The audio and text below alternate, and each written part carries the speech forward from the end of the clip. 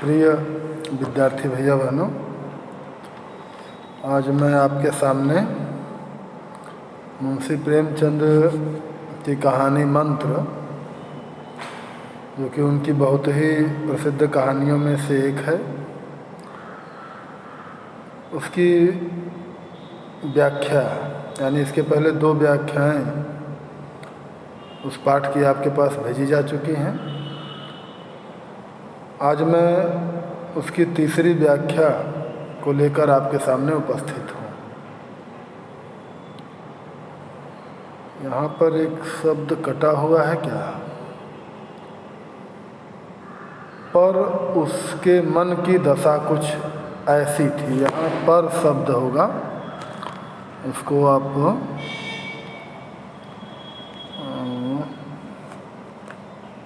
ये पर वो मेरा फ़ोटो आने की वजह से वो थोड़ा सा चित्र बड़ा है, इस वजह से नहीं दिखाई पड़ रहा। तो पर उसके मन की कुछ ऐसी दशा थी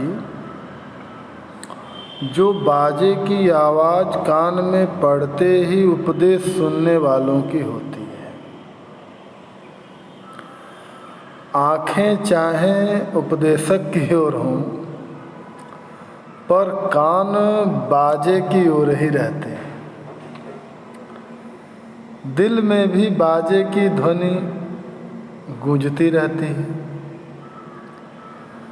शर्म के मारे जगह से नहीं उठता। निर्दयी प्रतिघात का भाव भगत के लिए उपदेशक था,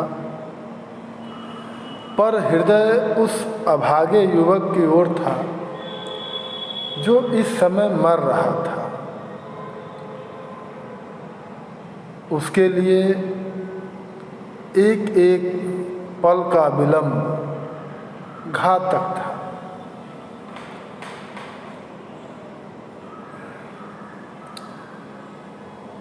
जब डॉक्टर चड्ढा के लड़के को सर्प काट लेता है और अनेक प्रकार के डॉक्टरों के द्वारा एक तरह से कह लिया जाए कि जवाब मिल जाता है कि अब बचने की स्थिति नहीं है। स्वयं डॉक्टर साहब भी बहुत बड़े डॉक्टर थे, तो अब सभी लोग लगभग डॉक्टर चड्ढा के लड़के को एक तरह से कह लें तो मृत ही मान लेते हैं। लेकिन इस बात की खबर जो भगत है, वही भगत जो कभी अपने बच्चे को लेकर के उनके पास इलाज कराने के लिए आया था, तो जब उसको इस बात का पता चलता है कि डॉक्टर चड्ढा के लड़के को सर्प ने काट लिया है और वह मूर्छित हो गया है, बचने की संभावना न के बराबर है, तो उसी भगत की मनोदशा का वर्णन कि उस समय भगत के अंदर किस प्रकार के विचार उत्पन्न हो रहे हैं, किस प्रकार के भाव उत्पन्न हो रहे हैं, उसी का वर्णन यहाँ किया गया है।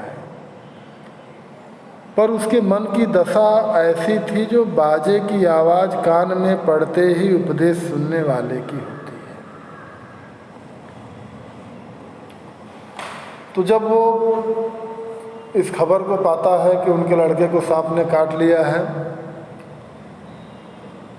तो वह अपने किवाड़ बंद करके जाके अंदर, कौन, भगत, सो जाता है। तो बूढ़ा भगत, साथ में उसकी पत्नी भी है, तो अपनी पत्नी के सो जाने के बाद वह भी किवाड़ बंद करके सो जाता है। लेकिन उसके मन की दशा कैसी है? उसके मन की दशा कुछ ऐसी है जो बाजे की आवाज़ कान में पड़ते ही उपदेश सुनने वाले की होती है। कि भाई जैसे कोई व्यक्ति संगीत का प्रेमी हो, संगीत सुनने वाला हो और वो कहीं पर बैठकर उपदेश सुन रहा हो, और उपदेश जब सुन रहा हो तो उसी उपदेश सुनते समय उसके कान में पता चले कहीं से बाजे की आवाज़ सुनाई पड़ जाए। अभी आपका मन भी संगीत वगैरह नृत्य वगैरह में ज़्यादा लगता है ना उपदेश की अपेक्षा। तो कोई संगीत प्रेमी व्यक्ति और जो कहीं उपदेश प्राप्त करने के लिए उपदेश बैठा है, उपदेश सुन रहा है, और उसके कान में बाजे की आवाज़ पड़ जाए तो उसकी दशा क्या होगी भाई? तो अब उसका मन किधर चला जाएगा? उधर बाजे की आवाज़ की तरफ चला जाएगा। और उपदेश तो वह बेचारा चुपचाप चूँकि बैठा हुआ है, इतने लोग हैं, अब उठ के बीच में से कैसे भगे, तुम्हारे मजबूरी के सुन रहा है। ठीक इसी प्रकार दशा किसकी है? भगत की है। कि जैसे उपदेश सुनने वाले के कान में बार बार वाद्य यंत्रों की ध्वनि पड़े तो क्या होता है, उसकी बार बार इच्छा होती है कि वह किसी प्रकार से उस मधुर ध्वनि को सुनने के लिए वहाँ से उठकर चला जाए, लेकिन वह ऐसा कर नहीं पाता। तो उसका मन क्या है, वह उस स्वरों में खो जाता है, उसके कान में उस बाजे की आवाज़ ही सुनाई पड़ती है। फिर वो जो उपदेश देने वाला है उसकी बातों को वह सुनता नहीं है। थोड़ा सा 1 मिनट, ये मैसेज आ रहा है, इसको मैं हटाता हूँ।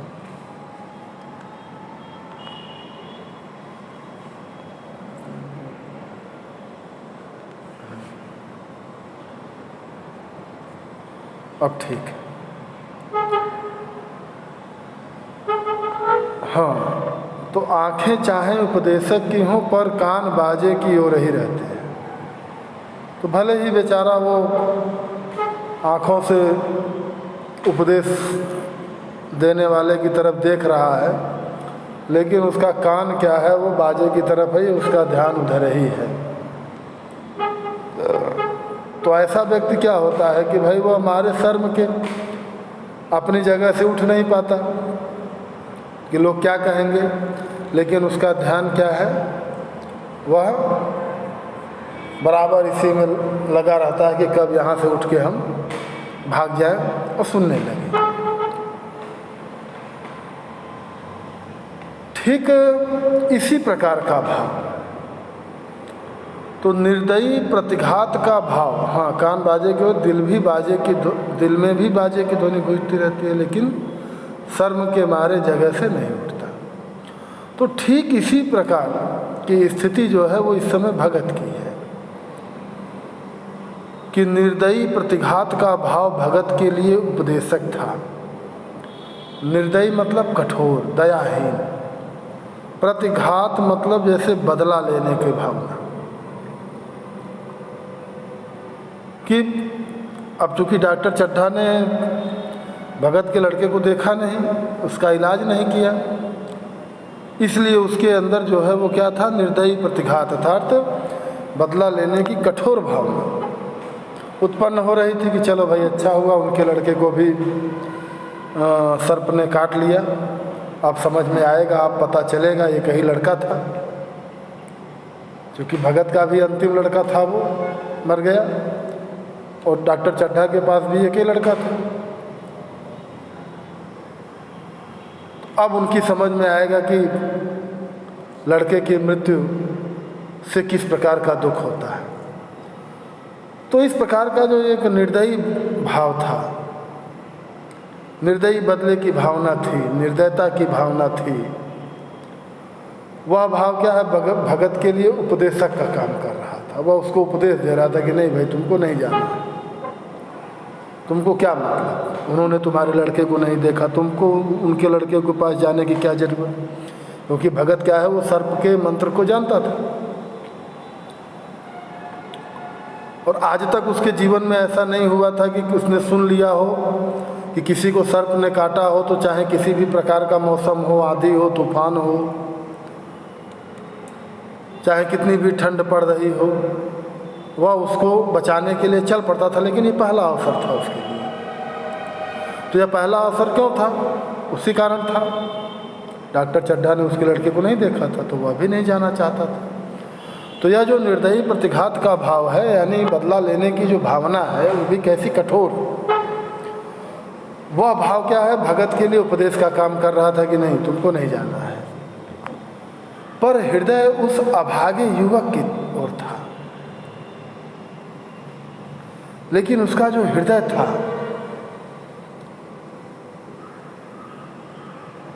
हृदय के अंदर जो झंकार उत्पन्न हो रही थी, यहाँ वाद्य यंत्र का प्रयोग है ना, बाजा, लेकिन हृदय के अंदर जो है इस प्रकार की आवाज़ उठ रही थी कि नहीं,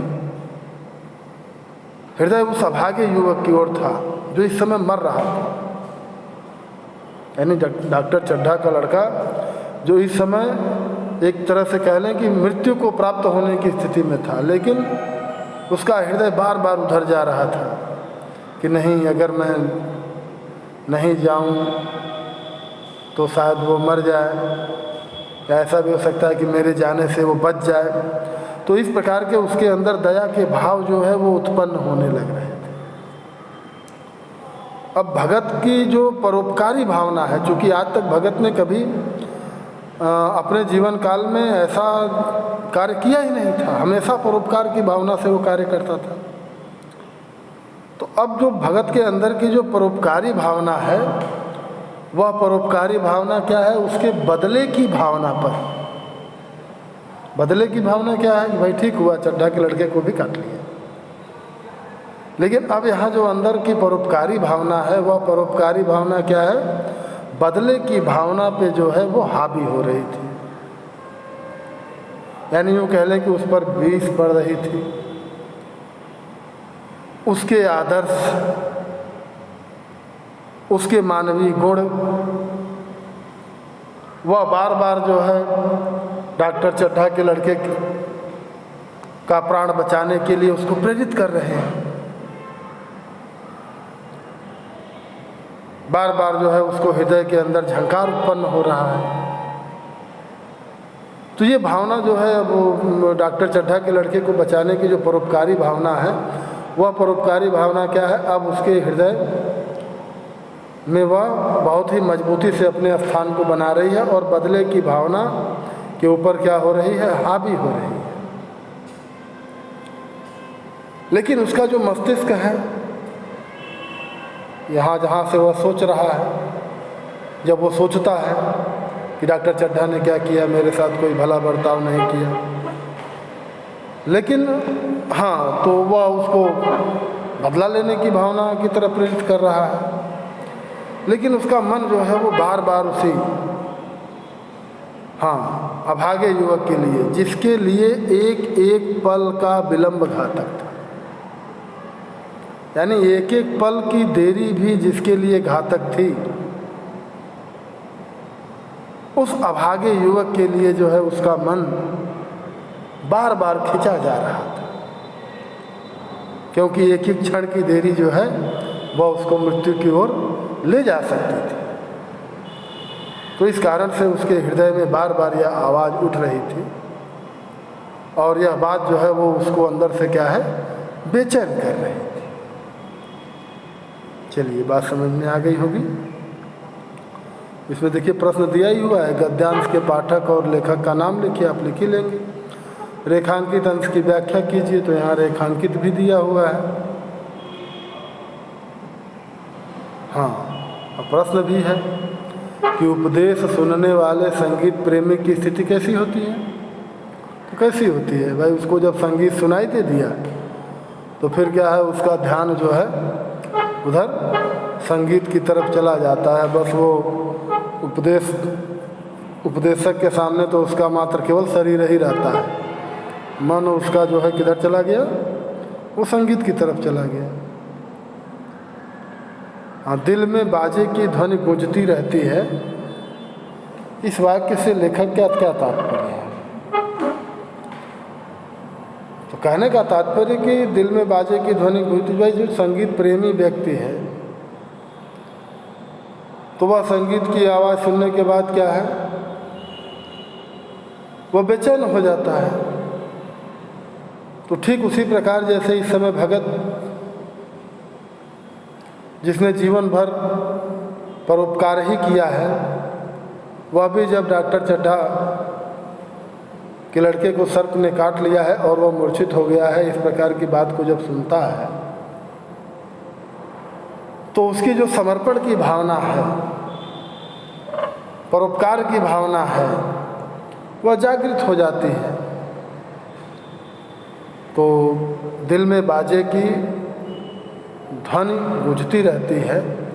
इस वाक्य के माध्यम से भगत की जो परोपकार की भावना है, उस परोपकार की भावना को ही यहाँ पर लेखक ने क्या किया है, व्यक्त किया है।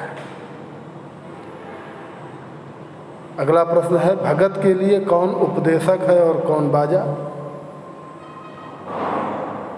तो कौन उपदेशक है भाई? तो उपदेशक कौन है? निर्दयी प्रतिघात का भाव, यानी बदले की भावना, किस प्रकार कठोर बदले की भावना, वह उपदेशक है। और लेकिन जो उसका हृदय है, हृदय के अंदर जो उठने वाली आवाज़ है, वह क्या है, वह उसके लिए बाजे के समान है। तो इसकी व्याख्या को आप करेंगे और साथ में दिए गए प्रश्नों के उत्तर भी लिखेंगे। ठीक है, आज के लिए बस इतना ही।